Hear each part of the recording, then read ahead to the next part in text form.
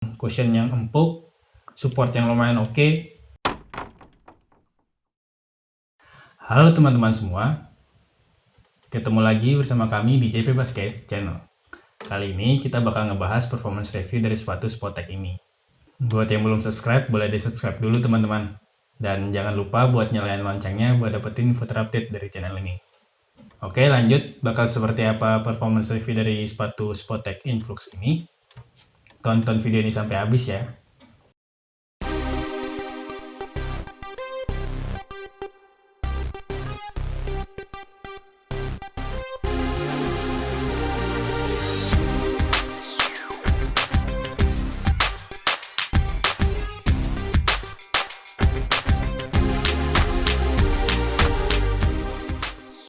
Langsung saja, yang pertama itu dari segi traksi. Jadi penggunaan pola multidireksional pattern yang kayak gini ternyata lumayan sih untuk penggunaan di lapangan yang bersih.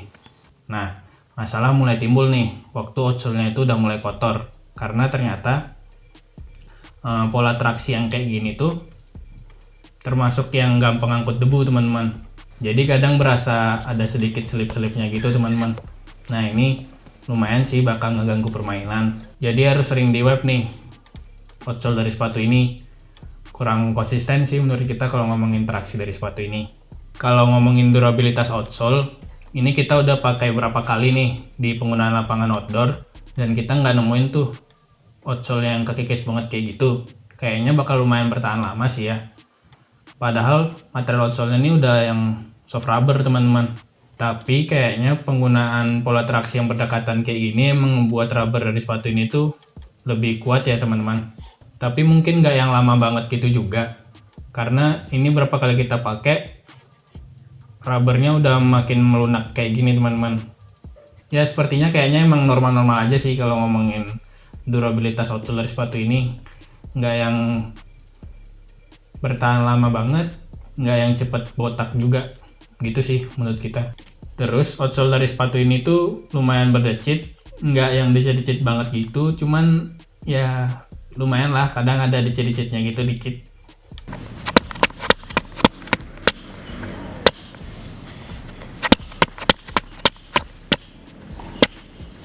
Terus heel to toe transitionnya juga lumayan smooth sih. Jadi secara keseluruhan menurut kita outsole dari sepatu ini lumayan sih, asal sering dibersihin aja.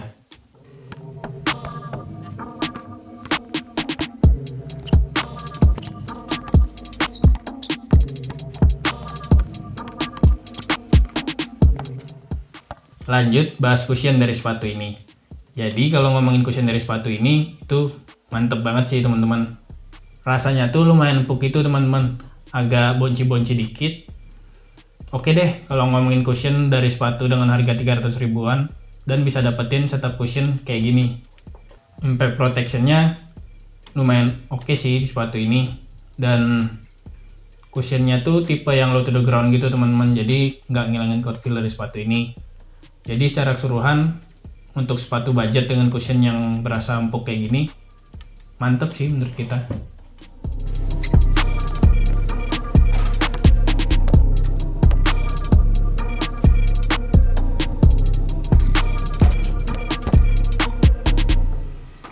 Lanjut bahas material dari sepatu ini. Jadi kalau bahas material upper dari sepatu ini, kita agak bingung sih sebenarnya. Materialnya tuh agak kaku, tapi lumayan lentur juga nih teman-teman. Jadi kalau ngebahas kakunya material upper dari sepatu ini bisa jadi poin plus sih untuk di support dari sepatu ini. Tapi kalau ngomongin lenturnya, materialnya tuh agak fleksibel gitu sih teman-teman.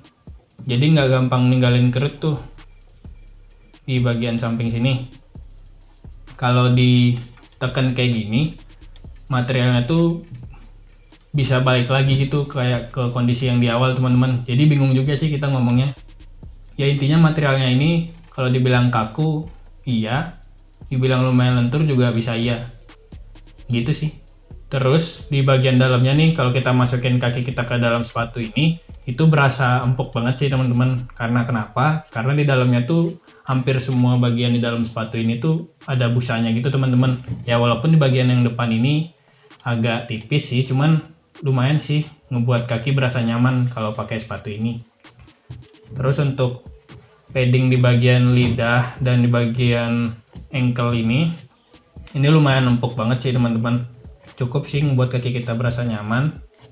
Lalu untuk material talinya, mungkin ini karena ada 3 tipe penalian ya teman-teman. Jadi kalau kita pakai lubang yang paling atas nih, itu talinya jadi standar aja sih, panjangnya pas. Tapi kalau kita pakai yang paling bawah nih, itu talinya bakal nyisap banyak banget sih. Jadi harus diikat 2 kali gitu mungkin supaya talinya nggak nyisa yang panjang banget gitu teman-teman.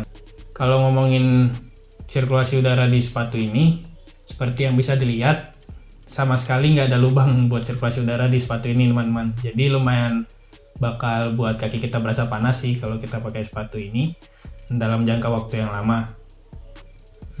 Gitu aja sih kalau ngebahas material dari sepatu ini.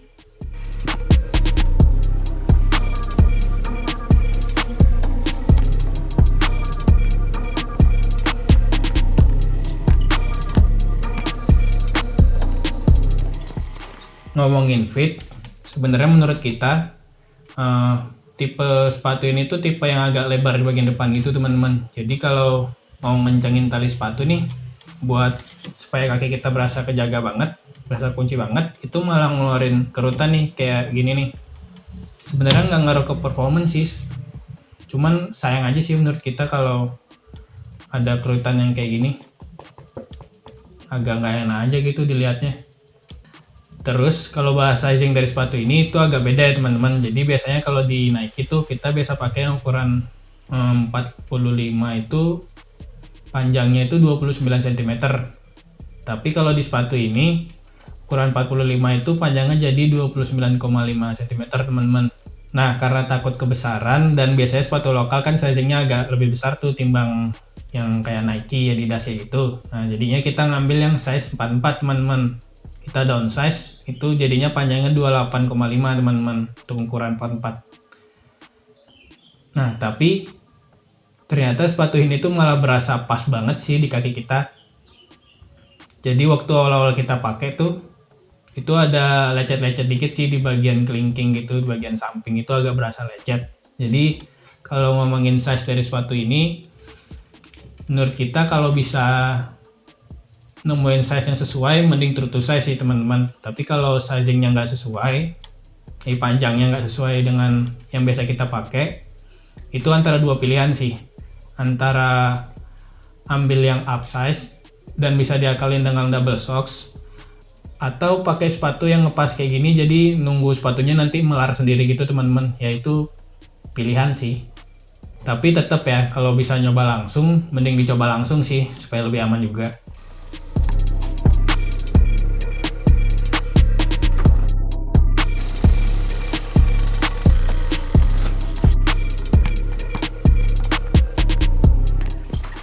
Lanjut ke bagian support. Jadi kalau ngomongin support di bagian depan, pemakaian material upper yang seperti kita bilang tadi yang lumayan kaku kayak gini, ternyata lumayan nih buat ngejaga kaki. Jadi buat yang suka ngelakuin crossover, step back kayak gitu, ini lumayan nih dijaga banget sama material yang kuat kayak gini. Terus di bagian samping ini juga sama, lumayan berasa kokoh sih karena pemakaian material yang agak kaku kayak gitu tadi. Jadi nggak perlu adanya fuse material gitu-gitu lagi teman-teman. Pemakaian material yang kayak gini udah lumayan sih buat kaki kita tuh berasa kejaga di bagian samping sini. Terus untuk setup outriggernya itu lumayan oke banget sih menurut kita. Lumayan ngebuat kaki kita tuh berasa stabil kalau pakai sepatu ini. Dan ini juga ngebantu banget sih kalau traksi dari sepatu ini tuh lagi berasa licin gitu. Nah setup outrigger yang kayak gini ini lumayan ngebantu banget. Terus untuk support di bagian belakang, untuk heel counternya ini oke banget sih teman-teman. Untuk keras dan tingginya ini menurut kita lumayan oke banget. Cukup sih ngebuat kaki kita berasa aman di bagian belakang sini terutama. Terus yang terakhir, untuk sistem penalian di sepatu ini tuh kan ada 3 ya teman-teman. Jadi ada yang di bawah, ada yang di agak tengah ini, agak ke belakang ini, dan di atas ini. Nah untuk sistem penalian yang di tengah dan di atas ini menurut kita lumayan sih nambah kuncian di sepatu ini. Jadi berasa kekunci banget tuh di bagian sini nih. Kalau kita sih sukanya itu pakai talinya sampai yang di lubang paling atas ini teman-teman. Tapi balik lagi ya, itu tergantung selera masing-masing.